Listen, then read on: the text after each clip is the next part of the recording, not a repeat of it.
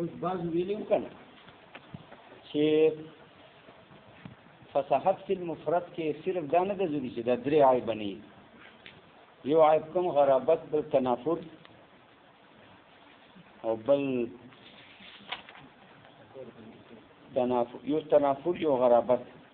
یو مخالفت لقیاس لفظي نو متریز ویلي وو چې تا وایې ماتینه چې فصاحت فی المفرد کې بس صرف دا عیبونه چې دي دا درې بل دا فصاحت فی المفرد ده نه یو بل ټکی پکار ده عیب به نه وي پکې کوم چې مکروه نه لګي په غوږ چې اواز یې غوږ یې صحیح سنبالي او چې په غوږ باندې بد لګي نو دا هم فصیح بیان شي کېدای دې نه اختلاف پکار نو متین ویله چې وفي نظر دا معترض چې کوم اعتراض کړی ده دا قابل نظر ده یعنی دا صحیح اعتراض نه در باندې کړی اوس تفصیلي وجه ویله چې متین مقصد دا ده پر جواب کې چې دا قرائت چې سمه ده خو د غرابت اثر ده موږ درې شیانو فصاحت فی المفرد کې اعتراض وکړو چې فصاحت فی المفرد دې ته وایي چې دا درې عیبه نه غرابت تنافر مخالفت قیاس صرفي نه چې دا درې عیبه نه بس دا کافي دي باقي قرائت چې سمه چې په غوږ بد لګي دا خو د غرابت اثر ده چې لفظ غریبي یعنی معنی نه ظاهره بیا دا په غوږ بد لګي عربو خواته عجمو خواته چې معنی ظاهره نه خو خلکو عزت څرنګه لیونه لګي دا څه وایي موږ خو په مطلب نه پیژنو نو مطلب دا دی چې کراهت چې سما دا خو د غرابت اثر مرتبه ده غرابت معنی دا چې لفظ ظاهر المعنی نه نو چې ما اصل نه احتراز وکړ غرابت نه خو اثر نه را لګل ځکه اثر خو فرد دی اصلي ګرمي فرد المرد نه چې المرد نه هو ګرمي نه وسه دا تفتازانی دی فی نظر تقریر ذاتو دی ماتین دی نظر تقریر دا وکړه ماتین نظر مقصد څه په دې سړی رد کوله چې ته وایې چې قرات کی سمعنا هم احتراز پکړه دا یو عیب ده بل چا فی نظر تقریر کړه دی ماتین مراد اشاره کړه چې ماتین مراد فی نظر سره دا ده چې قائل څه وایي چې سره قرات کی سما چې په غوږ بد لګي یو فصاحت سره تعلق نشته فصاحت خود لفظ صفت ده دا په غوږ بد لګېدل نه بد لګېدل دا خو اواز سره تعلق لري چا اواز خوږي نو به په غوږ صحیح لګي چا اواز بیکاره وي بیا په غوږ بد لګي نو د غوږ بد لګېدل د فصاحت فی المفرد سره چې تعلق نشته نه نفیا نه اثباتا نه دې سره تعلق ته چې موږ نفي کوو نه دې سره تعلق ته چې ځکه قرات کې سم خو اواز سره تعلق لري فصاحت فی المفرد خو د لفظ صفت ده نو چېرته یو شی د لفظ صفت یو سړی غاړې اواز سره ترنم سره تعلق لري دا خو متباین شیان دي بیا د فصاحت فی المفرد کې دې خبرې ته ضرورت نشته چې مراد دا ووایي چې دا به پسه فصیح چې مکروه فی سمع نه وي ځکه مکروه فی سمع خو ترنم سره تعلق لري هغې فصاحت سره څه کار لیکن تفتازانی وایي چې دا تقریر د نظر نه ده صحیح چې دا چا کړی ده فی نظر تقریر چې د متن تقریر یې کړی ده چې متن مراد فی نظر نه دا ده چې قرات فی سمع نه ځکه احتراز نه کوم فصاحت فی المفرد کې چې قرات فی سمع خو اواز سره تعلق لري او فصاحت فی المفرد خو لفظ صفت ده نو ما ته څه ضرورت چې فصاحت فی المفرد کې قرات فی سمع لري کوم یا دا څه چې وایي چې قرات فی سمع ټکی ورنه لري کا دا غلط وایي دا تقریر یې کړی ده چا فی نظر تفتازانی وایي چې نه دا نظر دا تقریر نه ده ځکه چې دا جریش چا ټکی شي ده چې مثال یې ورکړی دا په غوږ بد لګي اوس ته چې په هر اواز یې ادا کړی که ښه خوږ غاړه یې جریشه وایي جریشه نفس ته وایي دا بد لګي که په خوږ اواز یې وایي که په بد اواز یې وایي نفس پکې بد نه لګي که څوک په خوږ اواز وایي که په بد اواز یې وایي نو دا توجیه تا غلطه ده چې ته وایې چې قرات کې سمه اواز سره تعلق لري لکه اواز سره چېرته تعلق لري جریشه بد په غوږ لګي جریشه ټکی څه ده جریشه هسې نه چې تا سړي نامونه جوړ جریشه د بعضې نامونه ډېر بد لګي که نه څوک کودای نومې دي څوک سکوړی نو جریشه ټکی بد لګي ته په خوږ اواز یې وایې که په بد اواز یې وایې نو دا نکته ته غلطه وایې چې قرات کې سمې تعلق اواز سره ده خو پس ښه دي ګوره وکیل بعضو د نظر تقریضا کړې ده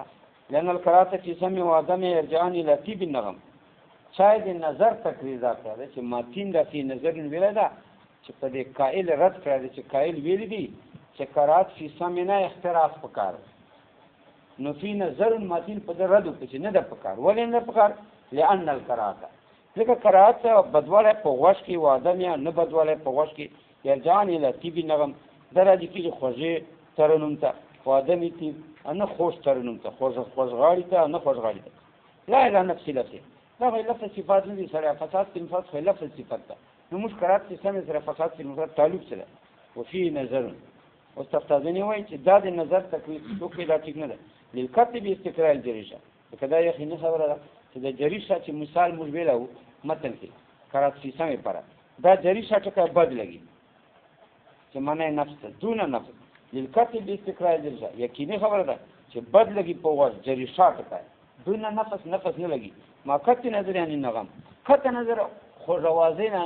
ترنم نه ترنم چې چوکي څرنګه ادا کوي خدا بد لګي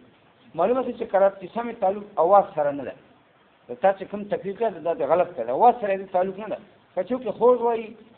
اشم مزدار ورته چینی پیغه حدیث په تر دی وایي تری شا وایي بیا بد لګي که چوکي تریخ وایي بیا بد لګي معلومه ده چې قرات کی سمې تعلق ترنم سره نه ده نو تا چې کوم تکلیف کړه ده د نظر د قائل چې کوم کړی دا غلط کړی نو اصل وجه تفتازنی ولا تفتازنی چې ویلو چې دا قرات کې سم نه احتراز ځکه نه کوو فساد په نفرت کې چې قرات کې سم خو اثر د غرابت چې موږ غرابت نو خو اثر نه وته پیل په چې نسوار د دې نه لري خو بوین لري تمام والفساد في الكلام خلوص من ذوق التعليق وتنافر الكلمات والتاكيد فساد في الفعل مفرد نه فارغ سے فساد في الكلام ته ذکر کوي او مخکې ویلو چې فساد فی المفرد مقدم کو فساد فی الکلام ځکه فساد فی المفرد موقوفه لیده دا خو پکې شرط ده کلام پس فصیح ګرځي چې دا مفردات فصیح نو دا پکې شرط معتبره ده اولا بذات پکې شرط ده شرط مقدم په مشروطی موقوفه نه مقدم په موقوفی ځکه فساد فی المفرد فساد فی الکلام باندې مقدم کړ ته به وسونه چې فساد فی الکلام چاته وایي چې دغه نقصانات نه بخالي کلمات مفردات دي دا به فصیح نو کلمات مفرده او فصاحت ضروري څه چې کوم مفردات دي دا پکې فصیح نو د کې جانب درې عیب نه لکه دا اوس بیانې چې کلام فصیح دي ته وایي چې دا درې عیب پکې نه خو دا شرط ده چې کلمات مفردات یا به فصیح خو پته ولګي چې فساد فی المفرد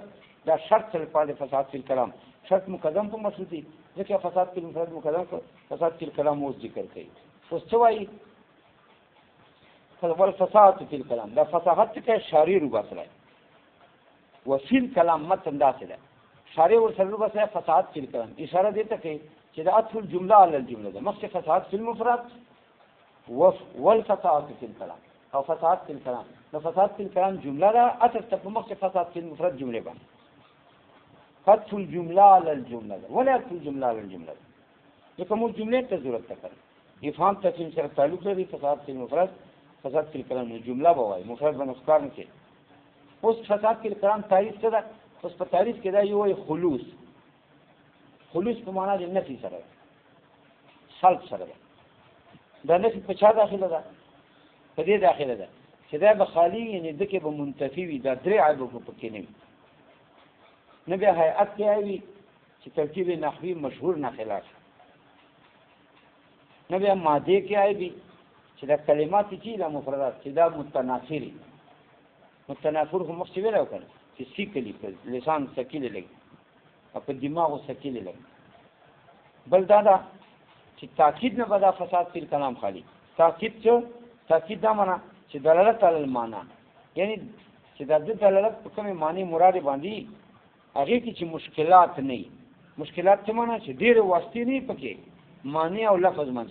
چې هغه واسطو ته موږ عقل نه رسی بیا ګرانی پکې پیدا نو ګوره فساد فی الکلام کې بدا درې عیب نه نو خلوص په معنا د نفي او خلق سره ده دا درې عیب بني ذوف تعریف بني یعنی هيئت کې به اکثر مینه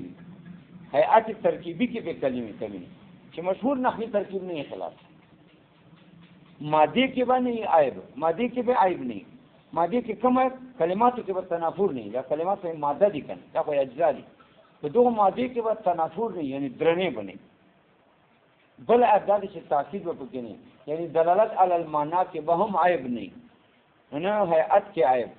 نه ماده کې عیب نه دلالت علی المعنى کې عیب دلالت علی المعنى کې چې عیب یا تاکید وای تاکید معنی ګرانی مشکلات چې د لفظ په معنا دلالت کې مراد باندې کې ډېر مشکلات دي چې مشکلات من چې ډېر واسطي لکه ته فلان کثیرونه ما فلان کې ډېر دي او مراد دې سخی وي او سخی ته چې تر څه کثیر رماد نه من چې ډېر واسطي وي چې کثیر رماد دا ډېر دي او مراد دې سخی ده څنګه سخاوت ورباسي ته چې چای ډېر دي هولرګي ډېر سړي چالرګي ډېر سړي پښتن دي چې چا پښتن دي او ملمانه ډېر وخت راځي چا ته ملمانه ډېر راځي خو سخی نو ګوره سخاوت او کثیر رمات کې چې ورمنځ کې واسطه معتبر دي دا نه خالی اوس دا صلب څه ده ګوره خلوص په معنا د انتفاع صلب سره ده دا صلب د درې افراد ته متوجه ده على سبيل الاستغراق استغراق معنا درې افراد ته متوجه ده ټول افراد دې ډوب کړي دي ټول افراد یعنی هر فرد نه مستقل احتراز ده ذات تعلیف پر نه یو ترکیب نحوی مشهور نه خلاف نه تنافر د کلماتو نه بن نه دا په کې نه تاکید بن نه نو نفي داخله ده په افراد ثلاثه على سبيل الاستغراق استغراق کنه ټول افراد یې نیولې دي ډوب کړي ټول افراد په پاسه نشي چې هر فرد نه نفي ذات تعلیف نه نفي تنافر نه نفي تاکید نه نفي نو دلته صلب عموم الصلب ده یعنی صلب عام ده هر فرد ده نه صلب العموم ده دا څنګه چې مجموعه بني یک مجموعه خو نه فکر په نفي د بعض سره بس چې بعض یې بنني بس مجموعه نشته لکه بعض یې په خیر ده دا کلام فصیح نه دا ونی فصیح خو پوښتنه کنه نو خلوص به معنا صلب او نفي النفي داخل ده په درې افراد ولا سبيل الاستغراق کرینه دا مين ده ځکه مين چې د لا په سیله کې راځي نفي په سیله کې استغراق فائدہ کوي هر فرد ته نفي متوجه کوي استغراق معنا نفي على سبيل الشمول هر فرد ته به شامل وي چې نام عموم الصلب ده چې دا صلب هر فرد ته ور عام شامل نه صلب العموم چې مجموع نفي کوي ځکه نفي د مجموع په ځمانه بعضو کې راځي لکه بعض ایبونه نه یا بعضی بیا کلام فصیح او تاری باطل وستوره خلوص من ذو في التاریخ خالی والا د کلام ده یعنی کلام کې به نفي وي خلوص کلام کې به نفي وي څه به نفي من ذو في التالیف هر واحد د ذو في التالیف نه ذو في التالیف یعنی کمزور ہے ترکیب چې مشهور ترکیب نه خلافي هيئت شي کمی هر واحد د تنافر د کلماتونه یعنی کلمات الثقيله نه بل خالی والتاکید او هر واحد د تاکید نه خالی به ده هر واحد د ذو في تالیف تنافر تاکید نه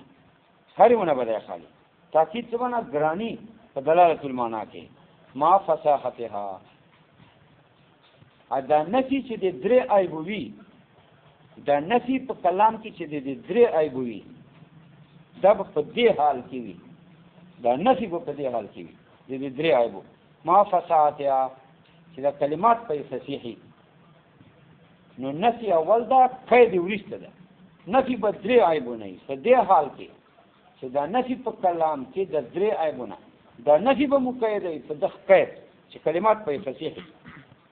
دا څنګه چې کلمات غیر فصیح کلمات په کې فصیح نو دا درې نقصانات پني او سره به کلمات فصیح می او مفردات فصیح دی په پس دا کلام فصیح دی خلوص من ذو في التالیف خالیواله د کلام ده نفي د کلام ده په کلام کې نفي ده د هر واحد د ذو في التالیف تنافر د کلماتو تاکید نه ګرانی نه قال کون د نفي د دې نقایص ثلاثه کې قال کون د نفي د دې نقایص ثلاثه کې په کلام کې چې دا نفي به مقیدی او مقاوم وي فصاحت کلمات مفرده وسره ځکه وای هو حال من الضمیر فی خلوصی دا یو ترکیب کوي عرب کې په بازو دا وای دا ما فصاحت اصله دا ما په معنا د مقارنن سره ده ځکه مایت یو جواله مقارنت معنی او حال دا ضمیر نه په خلوص وی کی دا خلوص کې د هو ضمیر کلام سره دی دا خلوص په معنا د نفي انتفاع سره ده دا هو ضمیر کلام ته راځي دا ذوالحال ما فسات حال قاعده دا ده دا نفي پکې عامل دا خلوص نفي ده دا پکې عامل قاعده دا ده چې حال قید دی عاملی نه دا نفي پر قید دی ځکه عامل پکې دا خلوص نفي ده کنه ذوالحال دا هو ده چې دا کلام ته راځي هما فسات حال د ذوالحال نه څه معنی ده نفي خالی والا د کلام ده یعنی په کلام کې نفي ده او سلب ده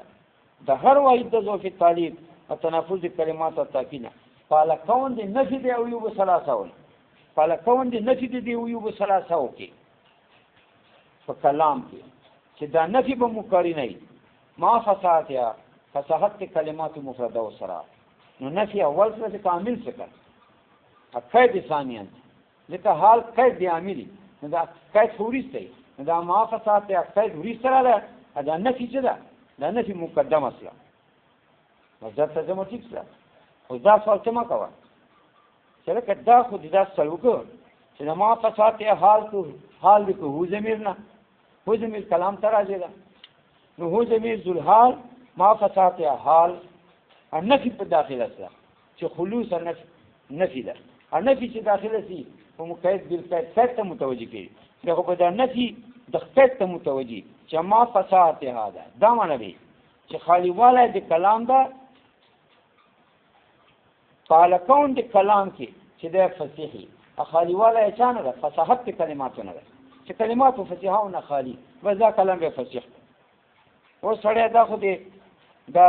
کلام پر ذوالحال ادي حال کا معافصات ادي حال کا نفي په داخله سره خلوص تا نفي چې داخله چې په مقید بالقید کته متوجي کیږي نو به دا معنا چې په کلام کې به نفي د فصاحت کلمات وي پس به ده فصیح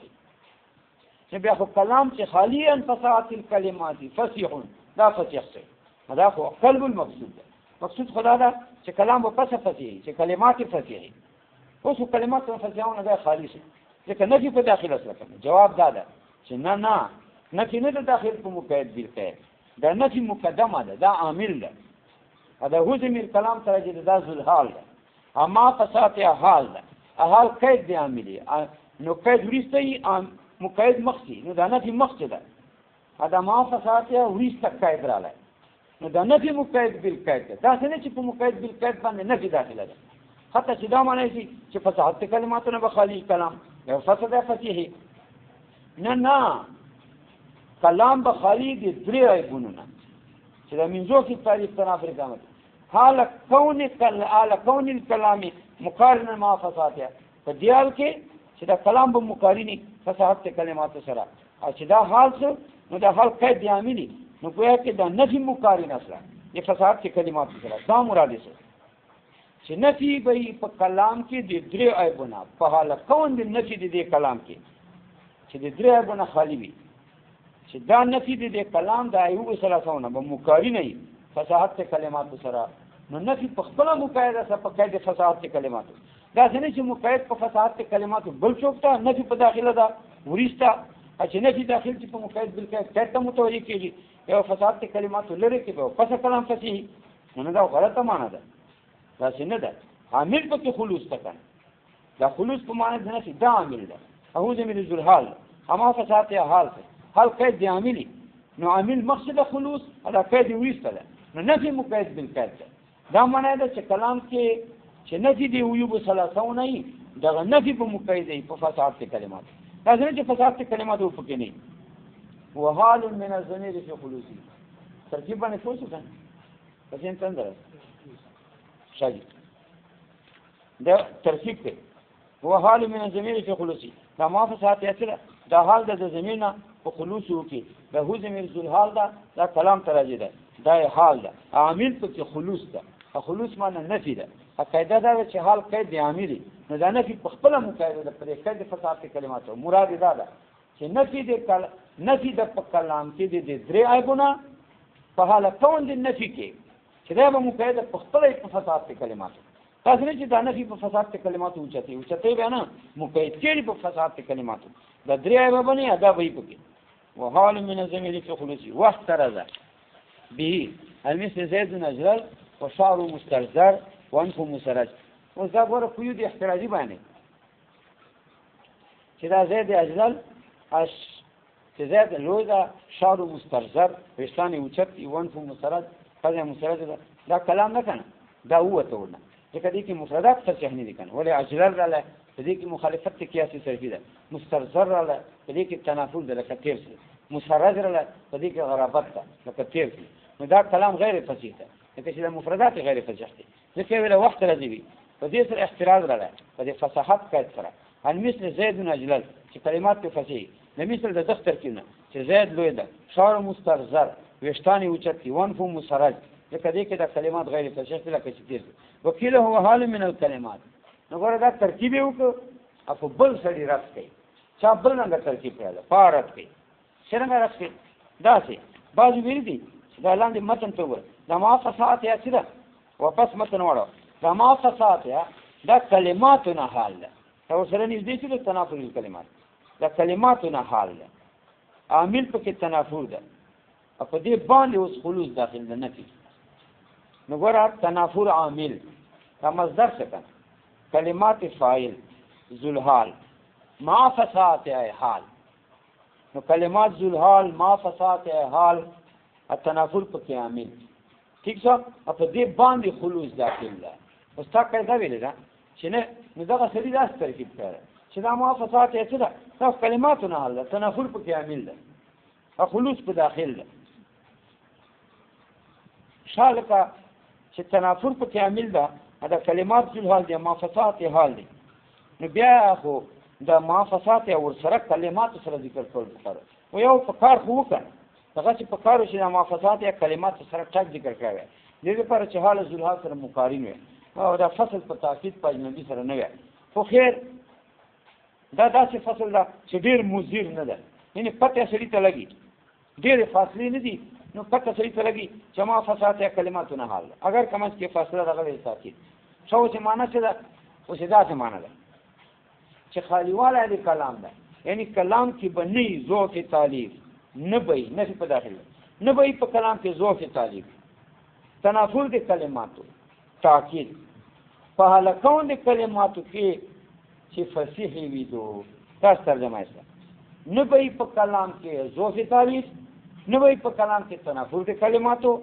او فصیح تاکید، نه به په کلام کې تاکید او کلماتو ته واپس، نه به په کلام کې تنافر د کلماتو، په هلکون د کلماتو کې چې فصیح به هم وي، تنافر به نه پکې فصیح به وي. دا سره ترجمه یې کړه، دا ټیک ترجمه ده، دا سړی وایي تفتازنی وته چې سړی ډېر غلط لاړې، دا ترکیب څوک کوي، دا خو تر ګندپور نه ورغله، دا ترکیب نه وي ولې چې کلمات ذوالحال سره تنافر پکې عامل سره اما فصاحت حال سره. اوس په دې اوس دا قانون ده چې حال قید دی عامل، نو دا ما فصاحت څه ده، دا قید د تنافر سره. نو تنافر د کلماتو مقید په قید د فصاحت د کلماتو سره تنافر پر قید څه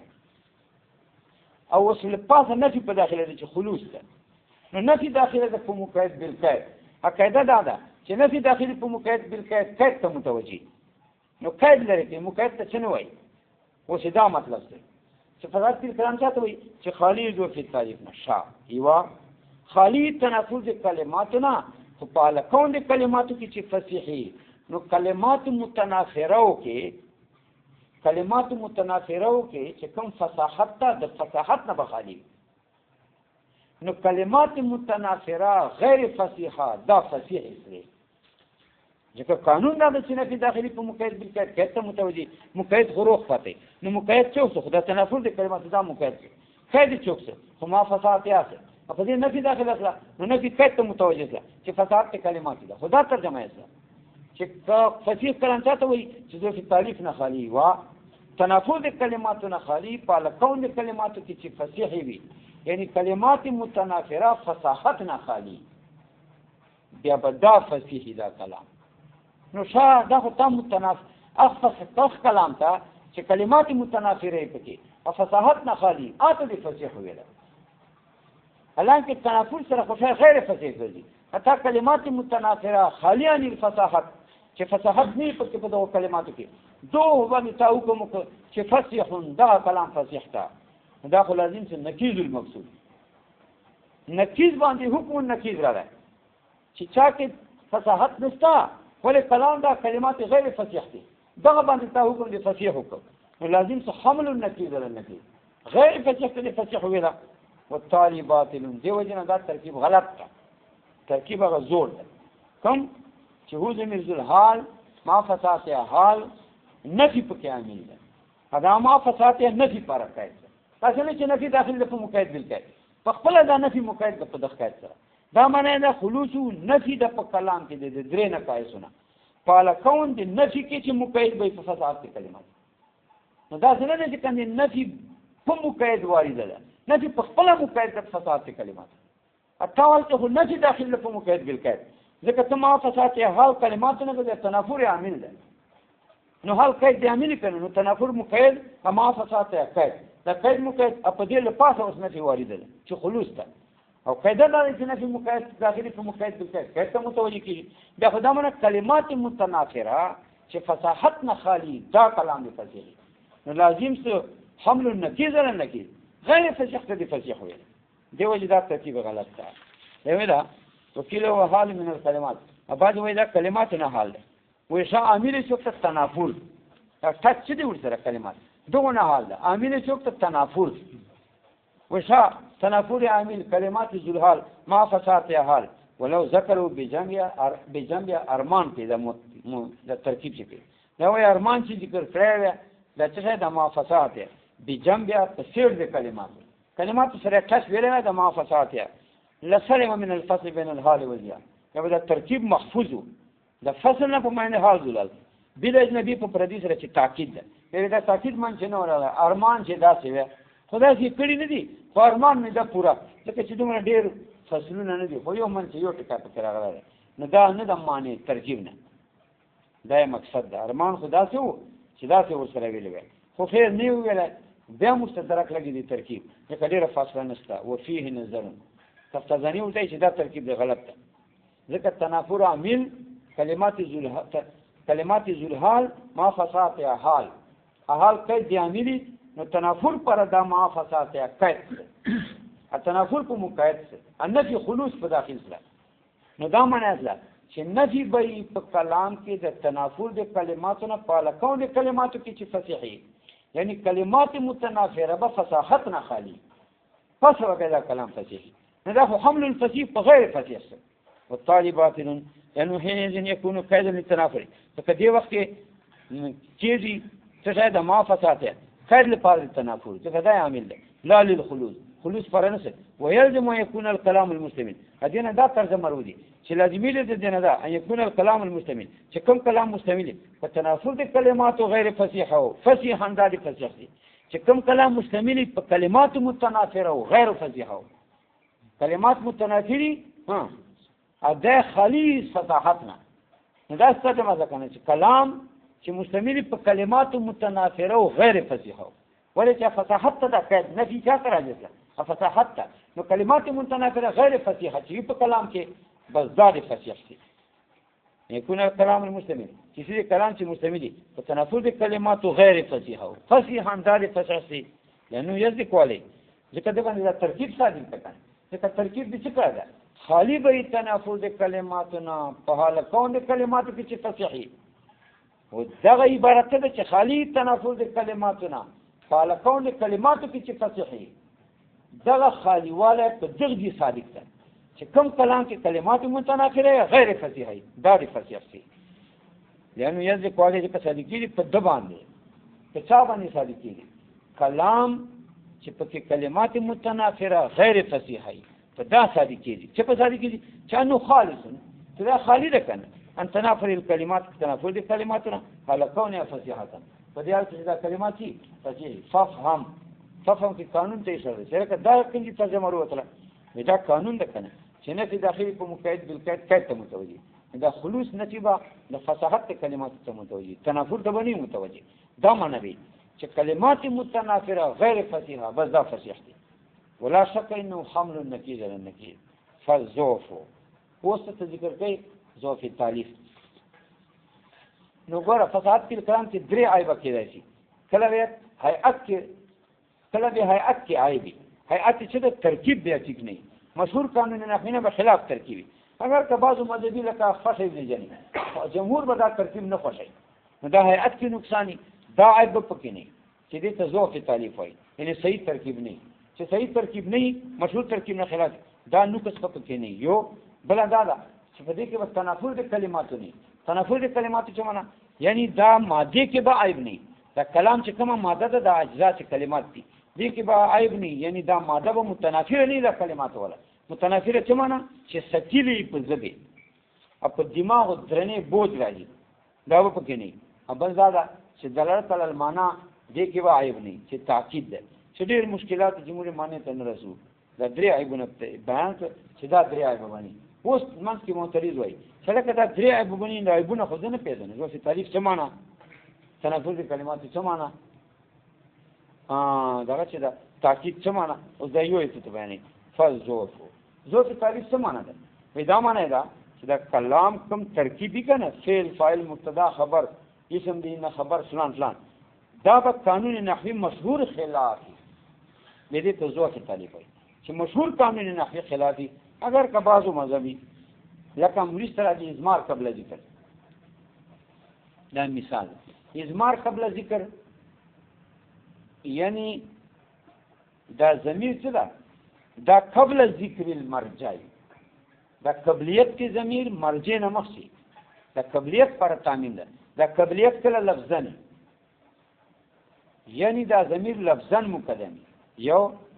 قبلیت کله معنی معنا له اثر مقدم دا مرد دا ضمیر او قبلیت حکمن ای به حکم العقل و دلیلی یا عقل په دلیل ځای مقدم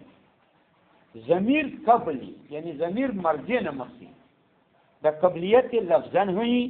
یو ټکای لفظ په اعتبار لکه ضرب غلامه زیدن نو ضمیر زید تراجه ده کنه دا زید څه دا ضمیر دا قبل المرجع ده ولې مرجع مفعول به ده زید اده کې قبلیت لفظی ده ولې ضرب غلامه کې دا ضمیر مخکې دي کنه زید ورسته ده مفعول به ده کله کله به دا قبلیت معنوي وي معنوي څه معنا ای فعل معنا کې به لفظ په اعتبار د تقدیم نه معنا له سره وي لکه ایدل هو اقرب للتقوى دا هو ضمیر څه ده هو ضمیر دا قبل ذکر المرجع دا مرجع نه مقصد خیر په خبر دا ضمیر کې قبلیت ته مرجع نه معنا له سره خیر کنه مانن هو مقدم ده ابل دا چې به حکم العقل نو دا هغه د تکریم برابر نه دا ضمیر قبل ذکر المرجع دا ضمیر چې دا قبل ذکر المرجع یعنی مرجع کې دا ضمیر کې قبلیت ضمیر چې دا قبل ذکر المرجع په پوښتنه خبره ضمیر قبل ذکر المرجع لفظا مانن حکمن لفظ په اعتبار مقدمی معنا په اعتبار مقدمی بحکم العقل مقدمی اوس کدا قبلیت څه ده دا قبلیت کی دا قبلیت کی ضمیر په مرجع باندې هم لفظا هم مانن هم حکمن بلا ناروا اقاعده څه و چې دا مرجع څه ده دا مقدم په ضمیر لفظا مانن حکمن یو نه یو مرجع مقدم هو یا په لفظ کې مقدم هو یا په معنا کې مقدم هو یا به حکم العقل مقدم هو دا مرجع مقدم هو دا جایز دا مقصد نه نو کچې په داسې و چې ضمیر کې تقدیم وو لفظ په اعتبار هم معنا په اعتبار هم عقل په اعتبار هم عقل هم فیصله کوله چې دا ضمیر مقدم ده سره مرجع خو مخ نشته لفظ په اعتبار مقدم ده معنا په اعتبار مقدم ده به حکم العقل مقدم ده بلا ناروا ترکیب که مرجع مقدم هو لفظا یو لکه ضرب زیدون غلامه وګوره دلته هو زمیر پر مرجع مقدم ده لفظا یا مرجع مقدم و مانن لکه ایدل هو اقرب للتقوى دا هو زمیر عادل تراجی دا عادل معنا له سره مخه اگر کله لفظ کې نشته په ایدل په معنا کې عادل پروت عقل به حکم العقل ودلیلی عقل دلیل وایي چې دا مقصد لکه په زمیر شان زمیر کې سکه چې توای شان دا نعم رجلا زید دا نعمه کې زمیر زید تراجی ده و زید خو مخ نه ذکر لفظا مانن مگر به حکم العقل ذکر ده عقل حاکم د پدې چې مخ زید تا هلکه کوم د مقصد دی اصل یې څه شي حکم کوي لکه دا مقام د مدح ده مدح تقاضا د ممدوح کوي نو دا ممدوح څه ده دا ځای دا مخ چې ستا به حکم العقل دا کیسه ته فسوف ان يكون تعریف الكلام ذوب دې ته وایي چې ترکیب د کلام خلاف چې قانون نحوي مشهور باندې بین الجمود کل اضمار قبل ذکر لکه ضمیر مقصد ذکر د مرجانه نو که ضمیر مخکې و لفظا و معنی و حکما بیا ناروا لکه مرجع مخکې و یا لفظا لکه ضرب زیدون غلامه یا معنی لکه یدلو اقرب للتقوى یا حکما لکه ضمیر شان ضمیر کیسه هغه مرجع مخکې و د حکم العقل مخکې و بس بیا ټیک ده شادي نحو ضرب غلامه زیدا دلته ضمیر مخکې ده مرجع نه ضمیر څه ده غلامه دا مخکې ده مرجع زید ده او دا هو ضمیر په مخکې ده څنګه په مخکې ده هم لفظا هم معنی هم حکما ضمیر مخکې راغله مرجع مخکې نشته نه لفظان کا ها دا مفعول به ده کنه نه لا فاصله ورسته نه لفظ په اعتبار زید مخکې ده انا معنی له اثر مخکې ده که معنی کې مفعول به ده ورسته انا عقل وایي چې مخکې ده ځکه عقل دلیل کې ده مفعول به فضله ده او فضله خو ورسته نه چې مخکې نه ضرب غلامه زیدا والتنافر اوس تنافر څه تراله تنافر باندې تکي تنافر کې دا وایي چې تنافر چیرته وایي پهله کې یو هم تنافر الحروف ته بیان کړو مخکې چې فساد فی المفرد کې دا کار ده چې دا حروف یې کې په تنافر نه تنافر څه معنی دا صفت پنی پکې چې په دماغ درنه لګي او په زبان درنه لګي ا دې باندې به څوک حکم کوي چې دې کې دا صفت پروت په دې حروف کې چې دا پاکله په غوږ درنه لګي او په زبان درنه لګي عقل په دې باندې به ذوق حکم کوي عربیانو ذوق په دې حاکمي چې په دغه حروف کې دا صفت ته چې دغه صفت له وجې دا حروف درانه لګي په ژبه او په دماغو نو تنافر د کلماتو هم دغه ده په کلام کې به تنافر په کلماتو کې نه یعنی کلماتو کې به داسې وصف نه وي چې دا کلمات ثقيل ګرځي په ژبه حاکم به په دې وصف کې ذوق عربي ذوق په دې حاکمي چې دا داسې کلمات سره جمع شوي دي چې دا د عربي سړي په دماغو بد لګي لکه حروف کې تنافر دا و چې دا صفات په حروف کې چې بد لګي دي په دماغ لکه مسترزر مسترزر څه په دماغ بد لګي دا حروف په کې جمع شوي دي دا یو صفات ته پکې چې په دماغ په خله بد لګي حاکم په دې ذوق عربي ده دلته په کلماتو کې دا څه وصفي چې په لسان درنه لګي هلکه کوم وصفي حاکم په دې باندې ذوق عربي او تنافر ان تكون الكلمات سكيرة لسان چې وی کلمات درنه پځې وین کانه کل منما فصیحه اگر که ځان ته وای او فصیحوي په ټول کې سره جمع کې پیدا شي وصف پکې پیدا شي چې په دماغ او په ځل درنه لګي حاکم په دې باندې عاقلی ذوق عربي زرو کنه شي نحو شعر ته وای وليس قرب قبر حربين قبر وقبر حربين بمكان كفر دا تاسو ویل سمبټ وغیرہ کې اوس ګورته ټکی کوم دي قرب قبر په سره بیا قبر نو قرب قبر تدریس دي کلمات جمع شي نو دا کلمات هر وخت په خپل باندې هر وخت فصیحه ده قرب فصیحه قرب باندې دي هیڅ په دې کې اشکال نشته قبر فصیحه قبر ته وای بل ټکی قبر ده دا فصیحه نو ځان کوي وای کلمه فصیحه ده خو چې دا سره یو ځای لیکنه اوسې سیکل پیدا دا چې وسه پکې پیدا شي چې پازه به درنه لګي څوک وایي چې دغه باندې درنه لګي وسه څه شو وسه ذوق عربي دا څه وایي فعل خبر دا ګورئ نه هو عین وليس قرب قبر حربين واسم رجل دا حرف څه ده دا دي سرینه ده قبر دا پیرینه راوکه چې قرب نږدې قبر د حرف خاصه بل قبر نه صداي نقشه ده کوجو خپل وانو ورسو هل ته روباسو وصدر البيت صدر ده وقبر حربين بمكان كفر حرف صاحب قبر چې دا مکان کې ده چې خالی مکان ده لوګه میدان ده جنگل سره ده خالٍ عن الماء والكلام نو بستان واشسته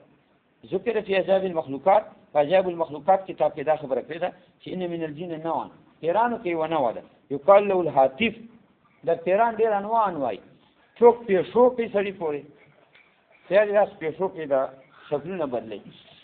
څوک پیښو کې باوتر کوي څوک ناری په سړی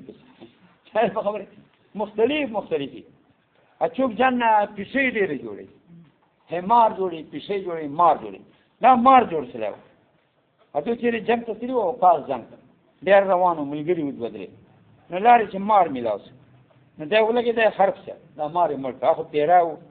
بس پیران ته پسې راغله چې موږ ورور یې مړ کړی بس یې نارې په وکړې بس غریب مړ شو دا ګوره چې لکه ځان چې واخلي توبه ان من الدین نوعا ان من الدین نوعا پیرانو کې یوه نوع ده یقال له الهاتف هته هاتف وایي هاتف باندې اواز کوي فصاح واحد منهم یو پکې نارې په وکړې على حرب ابن امیه په حرب ابن امیه باندې فمات غریب مړ شو فقال ذلك الجني هذا البيت تیری دا بیت ویله دې پرې ویله چې دا ونه خبر چې دا ملګري چې بیا خفه نه وي چې دغه جامل پروت او قول شعر